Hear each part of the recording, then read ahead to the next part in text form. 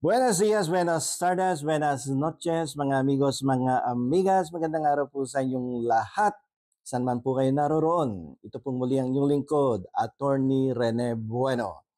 Bueno, pag-usapan po natin ngayon sa araw na to yung tungkol sa oversight power by the Legislative Department.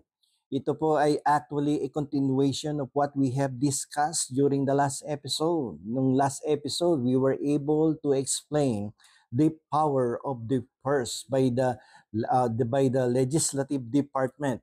And briefly, nabanggit ko din yata yung power of the sword by the executive branch of the government and the power of the pen by the judiciary. Tatlong magkakahiwalay na malakas na mga kapangyarihan ng different branches of the government.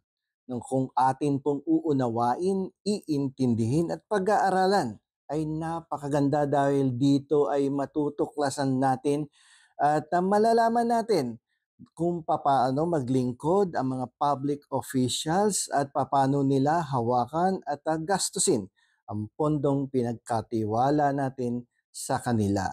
Mauunawaan natin kung gaano sila katapat sa kanilang mga katungkulan ayon sa kanilang mga sinumpaang tungkulin. Okay, so mainit na pinag-uusapan ngayon itong paano minanage ng Office of the Vice President ang kanilang pondo ng mga nakaraang taon upang aprubahan ng Appropriations Committee ng ating Kongreso ang kanilang proposed budget for 2025. Medyo nalagay sa isang mainit na upuan ang pinuno ng Office of the Vice President sapagkat ay may mga kontrobersiya tungkol sa paggastos ng 125 million pesos in just 11 days. 125 million in 11 days. Nung narinig ko yan, medyo naalala ko, nung grade 1 ako, naalala ko, mayroong pelikulang sumikat at box office, no, na ipinalabas sa mga sinehan. Ang title niya is Around the World in 180 Days. Ito naman, 125 million in 11 days. Medyo nagra-rhyme sila no? So, mainit na pinag-usapan yan sapagkat hindi biro ang gumastos ng 125 million in 11 days.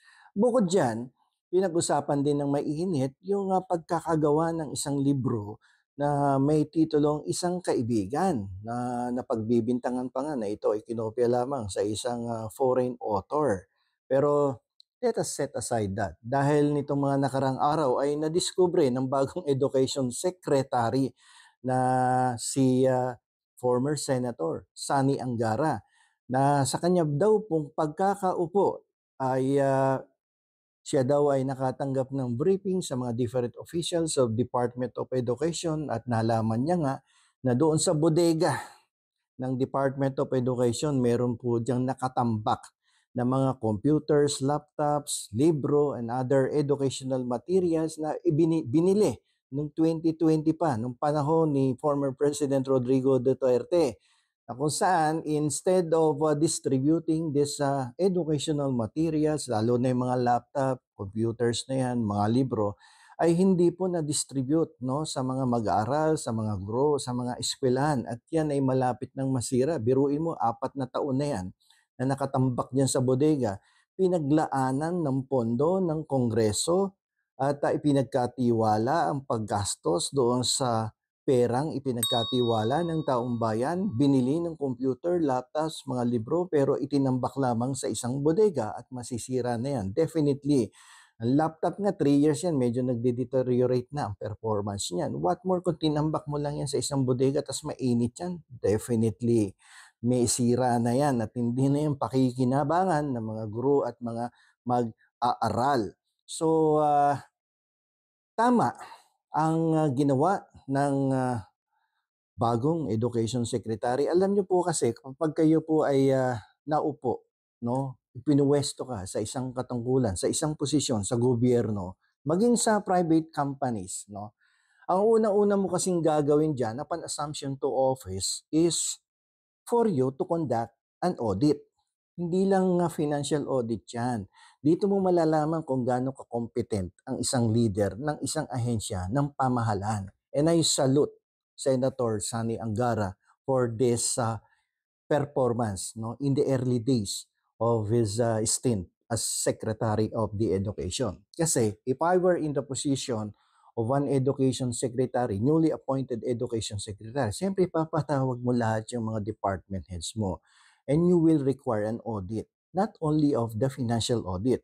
Andiyan dyan yung personnel audit, andiyan dyan yung performance audit, andiyan dyan yung mga audit sa mga kagamitan, lahat 'yan, no? There are different aspects of auditing, no, a corporation or one government agency para malaman mo kung ano yung katayuan ng kumpanya o ng ahensyang pinamamahalaan mo. Baka mamaya magmamanis ka, wala naman palang pondo. Magmamanis ka, kulang-kulang ang mga tauhan, hindi sapat yung mga personnel that will support you to properly administer and execute and implement the rules and regulations according to the mandate of the government agency. So lahat yan, i-audit mo yan from personnel to financial audit. At doon nga siguro na-discover nitong bagong sekretaryo ng edukasyon na maraming ang materyales, kagamitan, equipments na nakatambak lamang dyan sa bodega ng Department of Education. At yan ang kagandahan ng oversight power. Kasi sa oversight power, sabi ko nga kanina, this is the mechanism where the legislative department can monitor, review. Sinusuri nila dyan ang performance at kung paano ginastos ang pera ng bayan. No, bukod sa pagsusuri, meron ding kapangyarihan ang lehislatura na imbestigahan ang namumuno at mga other public officials in one government agency. Sa pag-iimbestiga, sa pagsusuri, no, during the budget hearing, diyan nakakadiskubre minsan, no, ang mga miyembro ng Oversight Committee, ng Appropriations Committee na kailangan bang gumawa ng bagong batas upang maging effective at efficient ang isang departamento o isang ahensya ng ating pamahalaan? Kinakailangan bang baguhin ang existing rules and regulations upang lalo silang gumaling sa pagpapatupad ng kanilang katungkulan? Kinakailangan bang patalsikin itong nakaupong leader o inappoint ng presidente sa isang ahensya sapagkat siya ay palpak, incompetent at walang naiintindihan sa pagmamanage ng isang government agency? Or kailangan bang sampahan ng impeachment complaint ang isang namamahala ng ahensya ng ating pamahalaan? Yan po ang ilan lamang sa mga sa mga oversight power ng isang committee sa legislative department. Gumawa ng batas na bago upang lalong gumanda ang pagpapatupad sa mga mandate ng isang government agency, magpagbabago ng batas upang i-adjust yung batas ayon sa kasalukuyang sitwasyon, or kung hindi kailangan baguhin ng batas, hindi kailangan gumawa ng bagong batas sapagkat sapat na lahat yan. Pero napatunayan naman during the hearings na incompetent yung namamahala. The Congress may recommend the termination of the services of that public official in that government agency sapagkat hindi kailangan niya ng inappoint dyan dahil incompetent. Paalisin yan dyan o pag-resignin mo na lang sapagkat yan ay hindi makakatulong sa isang episyente at epektibong pamamahala ng ating gobyerno.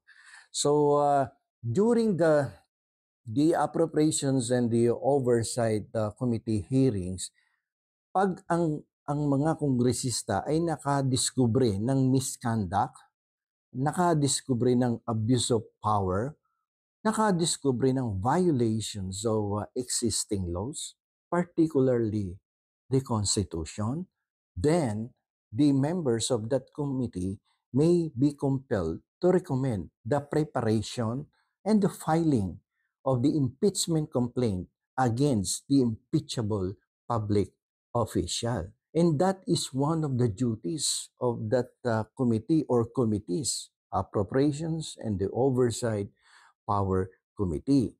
Medyo mabigat yan at kung ikaw ay isang public officials na namumuno ng isang ahensya ng ating gobyerno, hindi basta-basta ang pag-attend ng budget hearing. Dahil dyan, pag nagkamali ka ng sagot, it's either mapatalsik ka, pag-resignin ka, kung impeachable ka, then an impeachment complaint may be filed against you. So, dahil katulad nito, yung tungkol sa confidential funds, out of the 125 million, na disallowed yung 73 million. So the Department of Education, lahat nung may kasangkot doon sa papano nagastos yan, ay dapat magprepara ng mga ebidensya na hindi nila nilustay yung 73 million at yan ay nagamit sa tamang sa tamang pamamaraan. At dapat patunayan nila na buong tapat na yan ay napunta talaga sa taong bayan, sa paglilingkod sa taong bayan, sapagkat kung wala kang ebidensya, ay patuloy na i-disallow yan ng ating Commission on Audit. 73 million yan. Remember, ang threshold amount sa plunder case is 50 million. 50 million.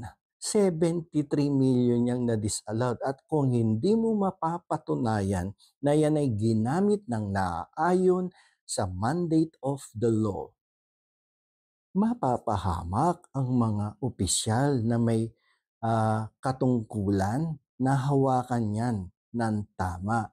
So plunder may be filed against the responsible public officials, and that might lead to the culpable violation of the Constitution. Therefore, merong impeachment complaint na papasok dyan.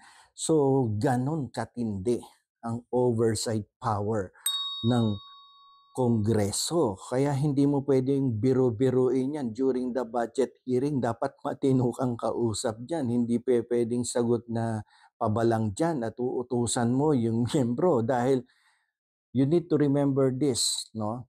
Separation of powers yan. Executive ka, iniimbestigahan, inuusisa ka, minamatyagan ka, sinusuri ka ng legislative department na kung saan meron siyang kapangyarihan na busisiin, suriin, matyagan, imbestigahan kung paano mo ginamit ang pera ng bayan. Sapagkat sila naman ay merong obligasyon na ipaliwanag sa taong bayan saan napunta ang inyong perang ibinayad, pinagkatiwala sa pamamahalaan sa pamamagitan ng pagbabayad ng buwis. Kaya nga meron nga yan sa discussion nga natin noong nakaraan, may power of appropriation and power to raise revenues and the power to spend the money properly.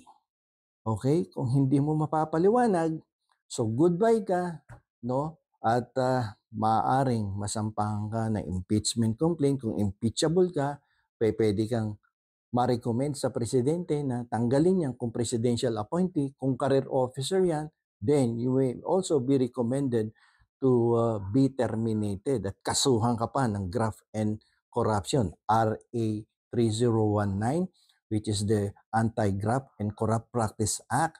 Yung paglustay or paggasta ng 73 million na hindi mo na-justify, that is in violation of the plunder law. These are high crimes no? Pag high crimes yan, culpable violation of the Constitution in addition to the betrayal of public trust. Therefore, kailangang sampahan ng impeachment complaint. Yan ang nararapat sapagkat pera ng bayan dapat panagutan ng bawat naglilingkod sa ating bayan. Hanggang dyan na lamang po. Ito po muli ang inyong lingkod, Tony Rene Bueno. Maraming salamat po sa inyong pagtangkilik at huwag niyo pong kalimutan na mag-like, mag-share at mag-subscribe dito sa akin pong YouTube channel. Marami pong salamat at magandang araw po sa inyong lahat.